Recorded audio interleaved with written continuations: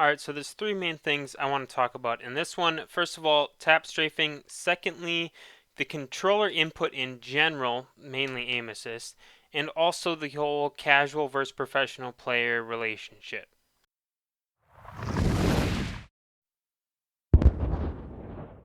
Hello, I'm FirePug. If you guys are new, first of all, welcome to my channel. Secondly, if you aren't already, I'd really appreciate it if you consider subscribing. Solely for you and helps me out a ton.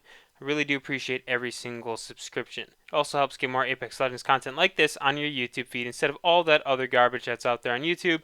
Also, I'm not sponsored by Swift Grips. You can use my code FirePug for 10% off. The link is in the description. Using my code can get you a pair of grips for less than $2 before shipping. That's incredibly affordable. So if you're looking for a pair of grips, I highly recommend you go check them out.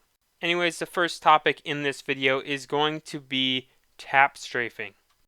So earlier today, literally for a couple hours after a small little, I don't know if it was a quality of life update, maybe some server maintenance or whatever Respawn did, they literally removed tap strafing for a couple hours from the game completely, almost completely. You could tap strafe, but it was like limited to 90 degrees, so it was really like nothing compared to what you could do before. Now I'm a controller player in Xbox, so I've never seen someone tap strafe more than 90 degrees ever in my life. But for those PC players that play in M&K, or maybe controller players on PC that use scripts that allows them to tap strafe like crazy, whatever, obviously this impacted their game a lot. But they did, they fixed it, whatever. We can all move on with our lives now. But during that amount of time, people were freaking out, all right? It was like the end of the world on Twitter. Tap strafing's removed, the controllers OP, M&K sucks now. Why would they do this? But it was all a mistake. Respawn quickly pushed out a tweet saying, you know what, we didn't mean to do this. We're going to work on it. And then later they fixed it. It didn't take that long. But that leads us into our next discussion. Controller input.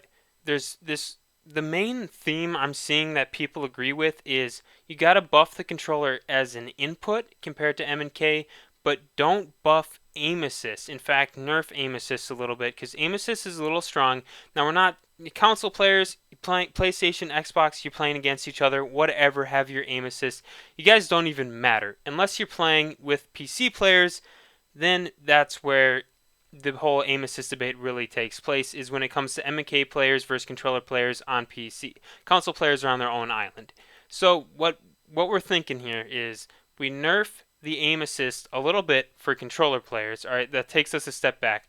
But we introduce other features that buff the controller as an input in general. For example, the button X will open a door, revive a teammate, pick up loot, swap weapons, reload. And there's a lot of situations where that button can be used in more than one way. For example, you're behind a down teammate, you want to reload, you can't, you got to shoot all your bullets and then hit right trigger. Or you're in front of a door, you're trying to revive your teammate, you start spam opening and closing the door instead of reviving your teammate. Or even when it comes to death boxes, we can't move when we death box, we can just, spam crouch. So, M&K players are willing to make this trade. They take away a little bit of our aim assist and they give us a couple more of those advantages. And as a controller player on Xbox that's never played against a PC player, I'm willing to take it. And I'm sure actual controller players on PC would be willing to take that too. I'm not saying remove the aim assist. Obviously, that's pretty irrational. Controller little joystick is going to need a little bit of aim assist to hit any bullets whatsoever. And the M&K players, they'll just have to live with that fact. However, buff controller, nerf aim assist. I am completely on board. You let me know what you think down in the comments. The last thing I want to cover in this video is the pros and the casuals. So Apex, definitely a growing competitive game, and a lot of the changes we're seeing, major changes we're seeing in the last few seasons, upcoming in the next couple of seasons, are very competitive, professional player driven. For an example, the self-revive was first removed from competitive because it was just unfair and horrible for the end games. And if you're down the road, we no longer have it in the game. The Kraber was horrible for competitive. It was one shot, you ruin someone's game, and they're out. They decided this is something we don't need in competitive. Let's just remove it for competitive. Well, now they nerfed the Kraber, and it's a lot of situations in endgame you can't one-tap someone with a headshot in just casual pubs. And there's a few other examples, but in general, what we're saying is the way the professionals want to play the game competitively is starting to leak into the way the casuals are forced to play the game casually.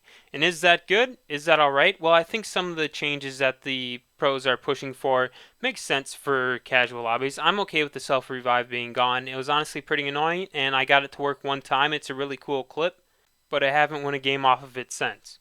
What I wish could happen is the normal Apex Legends game could stay very casual player base based, and maybe ranked lobbies have slightly different rules, and then the competitive, actual big competitive games have even their own more specific rules that are more based off of what the pro players are actually looking for here.